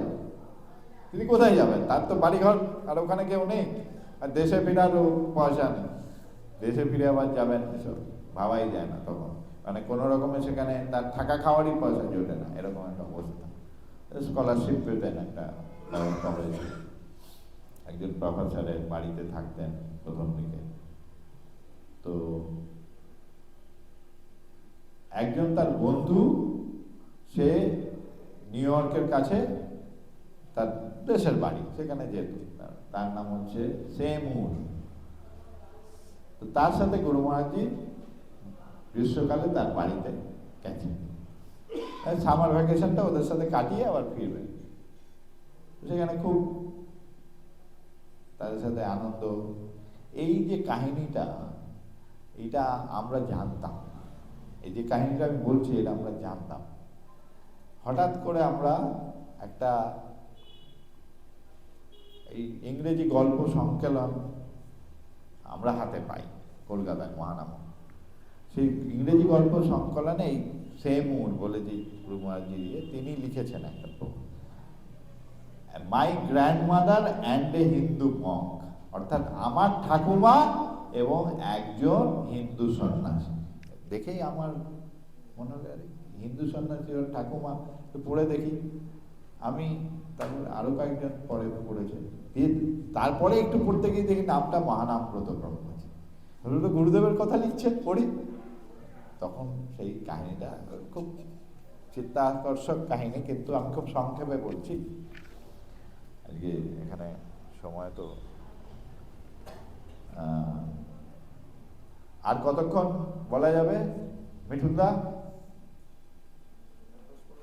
হ্যাঁ, 15 মিনিট, ঠিক আছে। এই কাহিনীটা শেষ করি। তো এই যে সেমুর গুরুদেবের বন্ধু, ক্লাসমেট, পরে ওখানে পরে আমরা অন্য জায়গায় সেমুরের রেফারেন্স গুরুদেবের ইয়েতে পেয়েছি। তো যে সে তার দেশের বাড়িতে নিয়ে গেছে গুরুদেব। গুরুদেব তার সাথে, তার ভাইদের সাথে খুব খেলাধুলা, ওটা সি বিচ, সেখানে সমুদ্রে ওরা সেই ছোট ছোট নৌকা নিয়ে যায়। গুরুদেবও তো ওদের সাথে নৌকায় করছেন, মানে একদম ওদের সাথে ওদের মতো করে মিশতেন। কিন্তু গুরুদেব যেরকম, তার রান্না আলাদা, একটা ছোট ঘর আলাদা দেওয়া হয়েছিল, সেখানে তিনি রান্না করতেন, ভজন করতেন। সে আর এই সেমুরের যে ঠাকুমা, যার মাই গ্র্যান্ডমাদার হিন্দু মঙ্ক লিখছে, এই ঠাকুমা তিনি খুব গোড়া খ্রিস্টান ছিলেন, খুব গোড়া খ্রিস্টান। হ্যাঁ, সে তাদের ধারণা গোড়া খ্রিস্টান। এই যে ভারতবাসী, ভারতের লোক, এদের সম্বন্ধে একটা তখনকার দিনে পাশ্চাত্যের প্রচার ছিল যে এরা সব মন্ত্র তন্ত্র বিদ্যা করে, তুক তাক ম্যাজিক, হ্যাঁ এইসব, হ্যাঁ জাদু টোনা এসব করে। এরা মানে খুব মানে ভয়ঙ্কর লোক, এরা এইসব করে, লোককে ভেড়া বানিয়ে দেয়, এই করে দেয়, এই যে সব গল্প আর কি, তান্ত্রিক তন্ত্র আচার এইসব করে। এইরকম একটা ধারণা ওনার মনের মধ্যে ছিল। তো উনি কিন্তু এই যে সেই মুহূর্তে ভারতবাসী দেখতে তো গুরুদেব মানে ওদের তুলনায় কালো চামড়া, এই যে একজন কালো চামড়ার লোককে ঘরে এনে রাখছে, ওটা ওনার একদমই পছন্দ। হ্যাঁ, খুব সন্দেহ চোখে গুরুদেবকে দেখছে। বাকিরা কিন্তু সে মোড়ে বাবা মা সব ফ্রি ওনার সাথে, জানে ইউনিভার্সিটিতে পড়াশোনা করে, ঠাকুমা খুব সন্দেহ। হঠাৎ করে কি হলো, একদিন দেখা গেল যে সেমুরের যে ঠাকুমার মানে একদম মাথা খারাপ হয়ে গেছে, উন্মাদ মতো হয়ে গেছে, এবং ভুল বকছেন, এ করছেন, ভায়োলেন্ট হয়ে, যেমন হয় না পাগল হয়ে গেল। তো ওরা তো কিছু বুঝতেই পারছে না। ডাক্তার ডাকা হলো, এই করা হলো, করতেই কিছু ঠিক হয় না। তখন গুরু মহারাজজি বললেন যে আমি ওনাকে ঠিক করে দেবো। করে গুরু মহারাজজি ওনার ঘরে অনেকক্ষণ মহানাম কীর্তন করলেন, সারাদিনই প্রায়। সেই মহানাম কীর্তনের প্রভাবে কিন্তু আস্তে আস্তে এই ঠাকুমা তিনি আবার স্বাভাবিক, অনেকটা স্বাভাবিক হয়ে। তো এই যখন স্বাভাবিক হয়ে গেলেন, তখন সবাই জিজ্ঞেস করলো যে আচ্ছা হঠাৎ তুমি এরকম পাগল হয়ে গেলে কেন, কি হয়েছিল তোমার, হঠাৎ করে পাগল হয়ে গেলে কেন? তখন বলছেন যে আমি না ওই যে তোমার বন্ধু এসছে কি ব্রহ্মচারী, আমি ও কি করে ওর ঘরের মধ্যে রোজ দেখতাম, ঘরের দরজার মধ্যে একটা ফুটো করে, সেই ফুটো দিয়ে দেখতো। ফুটো দিয়ে দেখতে দেখতে একদিন দেখছে সকালে গুরু মহারাজজি যখন ভজন করছেন, হ্যাঁ দেখছেন যে গুরু মহারাজজি শয্যার থেকে আকাশে উত্থিত হয়ে, তিনি আর শয্যায় নেই, শয্যা ছেড়ে আকাশে উত্থিত হয়ে আছে। এইটা দেখে ওনার মাথা গেছে, ভেবেছেন এটা আমাদের বাড়িতে নিশ্চয়ই কোনো এই মানুষ নয়, কোনো দৈত্য দানব এসছে আমাদের শেষ করে দেয়। এই দেখে ওনার মাথা খারাপ। অথচ আমরা তো জানি যে যোগের সিদ্ধ অবস্থায় এগুলো দেখা যায়। তখন আমি সেটাই বলছিলাম, 30 বছর বয়স মাত্র, তখন আমেরিকায় গেছে, সেই সময় তার ভজনে এইরকম উচ্চ অবস্থা। এগুলো তো কোনোদিন কারো কাছে প্রকাশ করেননি গুরু, কিন্তু বৈষ্ণব ছিলেন, নিজেকে সবসময় ঢেকে রাখতেন, ছাই চাপা বন্যের মতো বোঝা যেত। আমাদের যে বর্তমান আচার্য উপাসক বন্ধু ব্রহ্মচারী মহারাজ, তার কাছে শোনা একটা ঘটনা। একদিন তখন তিনি দীক্ষা নেন, এই সন্ন্যাস নেননি, তার আগে, অনেক আগের কথা বলছি, সেই এবং তার নাম ছিল, পূর্বাশ্রমের নাম অশোক সাহা। এই উপাসক বন্ধুজি তখনকার অশোক সাহা গুরুদেবের সাথে সেবক হিসেবে যাচ্ছেন। গুরুদেব শিলচর যাচ্ছেন প্লেনে, শিলচর তো খুব যেতেন, ওখানে আমাদের অনেক, যেমন আগরতলা আসতেন, ওখানে অনেক ভক্ত আছেন আপনারা জানেন। যেতে যেতে গুরু মহারাজজি যেমন আপনারা দেখেছেন যারা পুরনো, ফ্লাইটে উঠলে বা যে কোনো জায়গায় জবের মালা করে ঢোলে, মানে এই জবে নিমগ্ন হয়ে যেত, ওইভাবে নিমগ্ন হয়ে আছেন, কেন ঢুলছেনই লোকে ভাবে, সাধারণ আসলে তো ঢুলতেন না, কি করতেন সেটা যে ক্রমশ প্রকাশ্য যদি। তো হঠাৎ করে যখন আবার একটু স্বাভাবিক হয়েছে, হঠাৎ করে উপাসক বন্ধুজি আমাদের বলছেন, আমাকে জিজ্ঞেস করছে যে আমি আমেরিকায় যখন ছিলাম কিরম ছিলাম জানিস? হঠাৎ করে বলছে, আমি আমেরিকায় যখন ছিলাম কিরম ছিলাম জানিস? ভেবে থেকে খেয়ে গেছেন উনি, তো কম বয়স হচ্ছে। না গুরুদেব, জানতাম না। আমি কি করি, আমি তো জানি না। নিজেই বলছেন, I was like a burning spark, আমি একটা জ্বলন্ত অগ্নিস্ফুলিঙ্গ বলছিলাম। নিজেই বলছেন, I was like a burning spark. পাশ্চাত্য দর্শন, ভারতীয় দর্শন, ইতিহাস, ভূগোল, অর্থনীতি সব আমার পড়া। কি জিজ্ঞেস করবে, কোথায় কি জিজ্ঞেস করবে? আমি একটা জ্বলন্ত অগ্নিস্ফুলিঙ্গের মতো করে বেড়াই। এইরকম সেলফ কনফিডেন্স। যদি ওনার পরিব্রাজকের ঝুলি বলে একটা গ্রন্থ পড়েন, যেটা ওনার ডায়েরি, বুঝতে পারবেন এক একটা দিনে কোনো কোনো আমাদের চরমতম দুর্ভাগ্য যে লেকচারগুলো আমরা একটাও আমাদের কাছে নেই, মানে খুব কম আছে, মানে নেই বললেই চলে। তিনি এই বিশ্ব ধর্ম সংস্থার আন্তর্জাতিক সম্পাদক রূপে সারা আমেরিকায়, উনি একটা সারা আমেরিকায় একটা গুডউইল ট্যুর বলে, সারা আমেরিকা মানে পূর্ব উপকূল থেকে পশ্চিম উপকূল আবার ফিরে আসা আরেকটা রুট ধরে প্রায় 70টা শহরে বক্তৃতা করেছিলেন, বিভিন্ন জায়গায়। কখনো চার্চে, ক্লাবে, উইমেন্স ক্লাবে, বিশ্ববিদ্যালয়ে তো, এই কলেজে তো বটেই। এক এক দিনে 3-4টে করে বক্তৃতা করেছে, আর টপিক আলাদা আলাদা। এক জিওগ্রাফি ডিপার্টমেন্টে যাচ্ছে ওইখানে ওই নিয়ে, যখন ইকোনমিক্সে যাচ্ছে তখন অর্থনীতি নিয়ে কথা বলছে, সোশিওলজি ডিপার্টমেন্টে গিয়ে তাদের মতো করে, মানে এত সব টপিকের উপর কি করে বলতেন, কোথায় তার মানে একটা চলন্ত বিশ্বকোষ ছিল।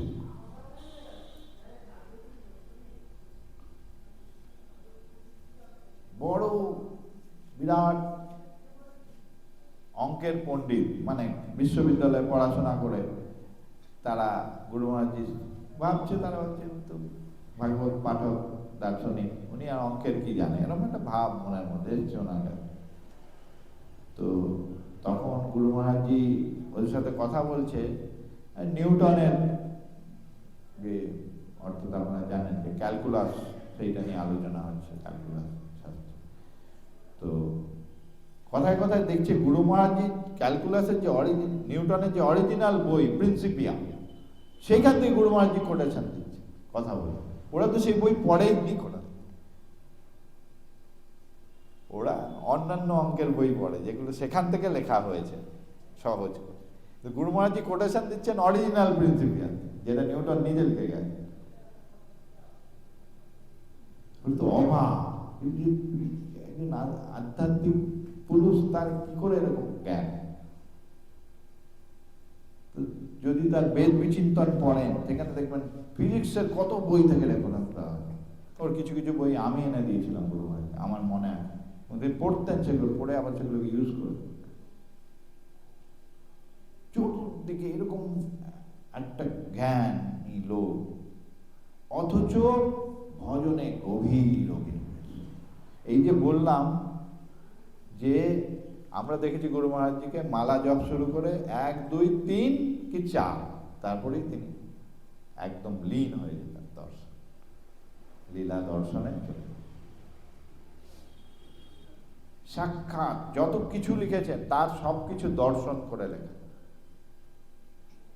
কোনো কিছু কিন্তু তিনি কোনো রেফারেন্স, আমরা যেমন লিখি, আমরা 5টা বই খুলে শাস্ত্র খুলে নিয়ে লিখি, গুরু মহারাজজি কোনোদিন সেরকম লেখেন।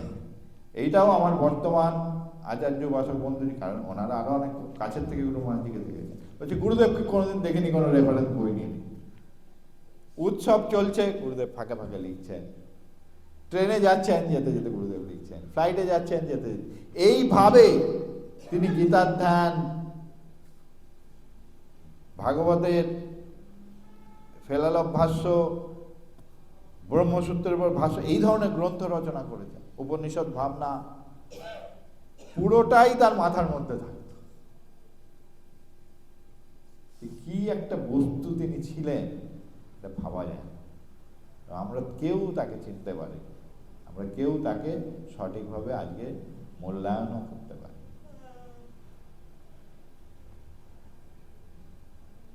একজন কলকাতায় যে আদ্যাপীঠ বলে একটা বড় মন্দির আছে না আপনার দক্ষিণেশ্বরে, আদ্যাপীঠ।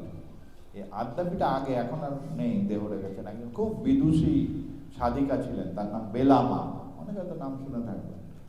এই বেলাম, তার ওখানে একটা বিরাট লাইব্রেরি ছিল, মানে তিনি পড়াশোনা করতেন, এত বিদুষী। আমি একবার গেছি, বন্ধু গৌরব মহারাজ নিয়ে গেছিলেন, সেই লাইব্রেরি দেখে তো আমি অবাক, এত গ্রন্থ তিনি অধ্যয়ন করেন। সেই বেলামা গুরুদেব সম্বন্ধে বলতেন, হ্যাঁ, যে গুরুদেবকে খুব তিনি মানে শ্রদ্ধাও করতেন এবং গোপালের ভাবে দেখতেন। এবং তিনি যখনই আসতেন, আমরাও দেখেছি গুরুদেব যেন গোপালের মতো নিজে সব রান্না করে এনে গুরুদেবকে নিজে হাতে খাওয়াতেন। তো সেই বেলামা বলতেন যে সনাতন হিন্দু ধর্ম শাস্ত্রগুলো সব মহানামব্রতের উচ্ছিষ্ট হয়ে গেছে। এই কথাটা মানে কি সত্যি খারাপ লাগে, কিন্তু বলছেন যে যেটা নিয়ে আমরা লিখতে যাই, যেটা নিয়ে চর্চা করতে দেখি মহানামব্রত যে আগেই লিখে বসে আছে, তিনি আগেই সেখানে ঢুকেছেন। আর আমাদের তো লেখার জায়গা নেই, তিনি সব আগেই লিখে দিয়ে গেছেন, তারটা অবলম্বন করে আমরা কিছু কিছু লিখতে। তা শাস্ত্র চর্চায় বা পাঠ করতে গেলে যারা করে বা এখনো যারা করে, কেউই বলে না, 90% বলে না, কিন্তু সবাই গুরুদেবের গ্রন্থ থেকেই বলে। গুরুদেবের গ্রন্থ ছাড়া এক পাও এগোবার কোনো জায়গা। মহানামব্রতজির গ্রন্থ ছাড়া শাস্ত্র চর্চায়, পাঠে কি ভজনেই যান, আপনার এক পা অগ্রসর হবে না। আর একটা কাহিনী বলে একটু সময় নিচ্ছি, গুরুদেবের কথা তো আজকে শেষ করব। এইটা একজন দেওঘরে একটা আশ্রম আছে, সেই আশ্রমটার নাম দেব সংঘ। এই আশ্রমের প্রতিষ্ঠাতা হচ্ছেন একজন বিখ্যাত যোগী পুরুষ, তার নাম হচ্ছে নরেন্দ্রনাথ ব্রহ্মচারী। তিনি নরেন্দ্রনাথ ব্রহ্মচারী সিদ্ধ যোগী ছিলেন, খুব বড় যোগী। তার গুরুদেব ছিলেন ব্রহ্মর্ষি সত্যদেব। এই ব্রহ্মর্ষি সত্যদেবের একটা গ্রন্থ আছে সাধন সমর, চণ্ডীর উপরে বিখ্যাত ব্যাখ্যা।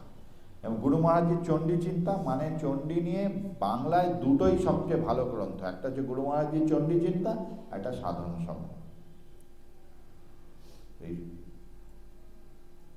গুরু মহারাজের চণ্ডী চিন্তা হচ্ছে বৈজ্ঞানিক ব্যাখ্যা, আর সাধন সমর হচ্ছে আধ্যাত্মিক ব্যাখ্যা। মানে এই যে চণ্ডীতে মা যুদ্ধ করছেন, অসুর বধ করছেন বিভিন্ন রূপে, তিনটে চরিত্র, মহিষাসুর বধ, শুম্ভ নিশুম্ভ বধ, তার আগে মধুকৈটবকে মা মানে বিষ্ণু দ্বারা বধ করলেন। এই যে ব্রহ্মর্ষি সত্যদেব বলছেন এইগুলো বাইরের জগতে হচ্ছে না, এটা তোমার অন্তর্জগতে হচ্ছে। সমস্ত যুদ্ধটা সাধকের অন্তর্জগতে হচ্ছে, এই দৃষ্টিভঙ্গির থেকে লেখা সাধন সমর। সেই জন্য সাধন সমর বলছে। তো যাই হোক, এই নরেন্দ্রনাথ ব্রহ্মচারী তিনি ছোটবেলায় প্রভুকে স্বপ্নে দেখতেন। তিনি ছোটবেলায় প্রভুকে স্বপ্নে দেখতেন। যাই হোক, কিন্তু পরে যখন তিনি শ্রীঅঙ্গনে গেলেন, তখন তিনি সেখানে একটা আদেশ পেলেন যে এইটা বৈষ্ণব মতটা তোমার পথ নয়, তোমার জন্য যোগী গুরু আলাদা আছেন, তুমি সন্ধান করো। এরকম প্রভুর কাছে অনেকে এসছেন, প্রভুর যে সব বিয়েরাই বৈষ্ণব, এরকম আরো অনেকে আছেন। বিদেশ থেকে এসেছিলেন মাদার মেরি বলে একজন, তিনিও এরকম শ্রীঅঙ্গনে গিয়ে আদেশ পেয়েছেন তোমার যোগী গুরু। তারপর তিনি তিব্বতে গেছিলেন যোগী গুরু। এরকম অনেক কাহিনী প্রভুর সম্বন্ধে আছে। মানে প্রভু তো সাক্ষাৎ বলতেন না, প্রভু তো বেরোতেন না, ভেতরে প্রভু অন্তরে সে আদেশটা পেত। এরকম তো দিয়ে নরেন্দ্রনাথ ব্রহ্মচারী এই সত্যদেবের কাছে পরবর্তীকালে দীক্ষা নিয়ে বিরাট বড় যোগী সাধক এই দেবসংঘ প্রতিষ্ঠা করে। এই দেবসংঘে পরবর্তীকালে আচার্য হন, আচার্য মানে নরেন্দ্রনাথ ব্রহ্মচারীর পরে সৌমেন্দ্রনাথ ব্রহ্মচারী, তিনি খুব উচ্চ শিক্ষিত ছিলেন। আইআইটি, আপনার নাম শুনেছেন, আইআইটি খড়গপুর, সেখানে তিনি গোল্ড মেডেলিস্ট। এই সৌমেন্দ্রনাথ ব্রহ্মচারী তিনি আমাদের একটু ঘনিষ্ঠ ছিলেন। আমাদের একজন ভক্ত আছে কলকাতায়, তার আত্মীয় হন এবং গুরুদেবের কাছে আসতেন। আমরা দেখেছি, আমরা সমুদা বলি। তো গুরুদেবের দেহ রাখার পর তিনি এই কাহিনীটা আমাদের বলেন। একটা অনুষ্ঠানে এসে বলেছিলেন, আমার সল্টলেকে একটা অনুষ্ঠান। বলছেন যে আমি কি করে ওখানে ওই মঠের যে অধ্যক্ষ হলাম, সেটাও একটা অলৌকিক কাহিনী। তিনি তখন সবে দীক্ষা নিয়েছেন, তার বেশি বয়সও হয়নি, আর তার থেকে অনেক বেশি যে বলে সিনিয়র ব্রহ্মচারী সাধু দাদারা সেখানে আছেন, নরেন্দ্রনাথ ব্রহ্মচারীর শিষ্য। তো সবাই ভাবছে তাদের মধ্যেই কেউ পরবর্তীকালে আচার্য হবে। কিন্তু নরেন্দ্রনাথ ব্রহ্মচারী যখন চলে যাবেন শেষ অবস্থা, হঠাৎ করে তিনি বললেন সমুদাকে যে এরপরে তুমি আমার গুরুস্থানে। অবাক, আমি তো কয়েক বছর এখানে, আমার নিজেরই তো কিছুই হয়নি, আমি কি দীক্ষা দেবো, আমি কাকে উদ্ধার করবো? তিনি ভাবছেন মনে মনে। আর আরো অনেক সিনিয়র দাদারা আছে, এদের ছেড়ে গুরুদেব আমাকে, গুরুর আদেশ কিছু বলতেও পারছেন। তারপরে তো নরেন্দ্রনাথ ব্রহ্মচারী তিনি চলে গেলেন, এত সজ্ঞানে চলে গেলেন যোগী গুরু। সমুদার তো মন তোলপাড় হচ্ছে, আমি কাকে দীক্ষা দেবো, আমার নিজেরই কিছু সাধন ভজন হলো না। তিনি বরঞ্চ ভাবছিলেন যে গুরুদেবের কাছে অনুমতি নিয়ে হিমালয়ে কিছুদিন, ওরা তো যোগী, সাধন ভজন করে সিদ্ধ হবে। তার আগে গুরুদেব আশ্রমের দায়িত্ব দিয়ে, আচার্যের দায়িত্ব দিয়ে দিলেন। গুরুদেব যাওয়ার সময় নরেন্দ্রনাথ ব্রহ্মচারী বলে গেছিলেন, তোমার জীবনে যদি কোনো আধ্যাত্মিক সংকট আসে, তুমি দুটো লোকের কাছে যেতে পারো, এক হচ্ছে আনন্দময়ী মা, নাহলে মহানামব্রত ব্রহ্মচারী। এই দুজনের নাম বলে গেছে। এবং মহানামব্রতজির নাম বলেছিলেন বিশেষত প্রভুর সাথে তার যে একটা ছোটবেলার যোগাযোগ, এইসব কারণে হয়ে থাকবে, যাই হোক। তো সমুদ্র দিলেন আনন্দময়ী মা তো অনেক দূর, সেই কনখলে হরিদ্বারে থাকেন, এটা কাছে, এটা তো দেওঘরে আশ্রম ওনাদের। আর এখানে ওই আমাদের যে মহানামব্রতজির শিষ্যা দিদি, খুকিদি ওনার নাম, অনেকেই চেনেন, দাদা নিশ্চয়ই চেনেন, খুকিদির আত্মীয় হবেন। তো তার মাধ্যমে গুরুদেবের সাথে যোগাযোগ করা যাবে। তো তিনি পাগলের মতো ছুটে এসেছেন গুরুদেবের, যে তখন খুকিদি নিয়ে গেছে যে এরকম এরকম ব্যাপার, ও বাবা তোমার সাথে একটু কথা বল। গুরুদেব ডেকেছেন, এসো। আর সবাইকে বার করে দরজা বন্ধ। সমুদা বলছে যে আমি তো খুলে বললাম যে নরেন্দ্রনাথ ব্রহ্মচারীকে গুরুদেব চেনেন, তিনি একটা তখনকার দিনে খুব বড় আধ্যাত্মিক জগতে বড় ফিগার ছিলেন। এখন চলে গেছেন, আমরা জানি না, পড়াশোনা করে কলকাতা বহু শিষ্য তার ছিল, বড় বড় লোক তার শিষ্য ছিল, মারোয়াড়িরা অনেক শিষ্য ছিল। তো গুরুদেব বলছেন, হ্যাঁ কি হয়েছে তোমার বলো। বলছে এই যে নরেন্দ্রনাথ ব্রহ্মচারী তো দেহ রেখেছেন, গুরুদেব জানতেন। হ্যাঁ, তো তিনি আমাকে আচার্য করে গেলেন। গুরুদেব, আমি কি করে আচার্য হবো, আমার তো এই সবাই কয়েক বছর হলো দীক্ষা নিয়েছি, আমার। তখন গুরুদেব মুচকি এসে বলেন, এই সমস্যা? যে হ্যাঁ, তো বিরাট সমস্যা। বলে কিছু কোনো সমস্যাই না। সমুদা আমাদের বলছে এমন একটা সহজ সমাধান গুরুদেব দিলেন যে আমার মনটা একদম, যে মনে যে উদ্বেগ ছিল না, একদম চলে গেল। আর যেন একটা প্রশান্তি আমার মধ্যে চলে এলো। গুরুদেব বললেন যে তুমি যে দীক্ষা দেবে, দীক্ষা দিচ্ছ বা দেবে, তুমি দীক্ষা দিচ্ছ, তোমায় কে বলেছে? বলছে কখনই ভাববে না তুমি দীক্ষা দিচ্ছ, তুমি ভাববে তোমার গুরুদেবই দীক্ষা দিচ্ছে। তোমার নিজের হাতটা মনে করবে তোমার গুরুদেবের হাত, তোমার নিজের মুখটা মনে করবে, যখন মন্ত্রোচ্চারণ করবে শিষ্যকে দেবে, মনে করবে তোমার গুরুদেবের মুখ। তিনি নেই, দেহে নেই, তিনি তো আছেন, তিনি তোমার মাধ্যমে দীক্ষা দিন। তুমি চিন্তা করছো কেন তুমি দীক্ষা? যদি তুমি এটা চিন্তা না করো, তুমি যদি নিজেকে গুরু পাদপদ্মে সমর্পণ করে দাও, তোমার কোনো টেনশন নেই, সব কিছু তোমাকে। এমন শিষ্য যখন প্রণামও করবে, তুমি সেই প্রণামটা গুরুদেবের চরণে হয়ে গেল। যে সেইটা এমন একটা সুন্দর সলিউশন গুরুদেব দিলেন, যে আমার মনটা একেবারে ঠান্ডা হয়ে গেল। এত আমি উদ্বেগের মধ্যে ছিলাম, বলে মনটা একেবারে ঠান্ডা। এই সমুদা তারপর থেকে কি হতো, উনি, আমি শুনেছি আমাদের গুরুদেবের খুব অন্তরঙ্গ সেবিকা গীতাদি, যিনি গুরুদেবের মেন সেবিকা ছিলেন শেষের দিকে, এই সমুদা প্রায়ই গুরুদেবের কাছে আসতেন। গুরুদেবের কাছে আসতেন প্রায়, মানে 2-3 মাস ছাড়া ছাড়া এসে কোনো কথা নেই। উনি এলে উনি ওনার সাথে 1-2 জন আরো ওনার শিষ্যই হোক বা ওনার গুরু ভাই কেউ আসতো, সবই যোগী।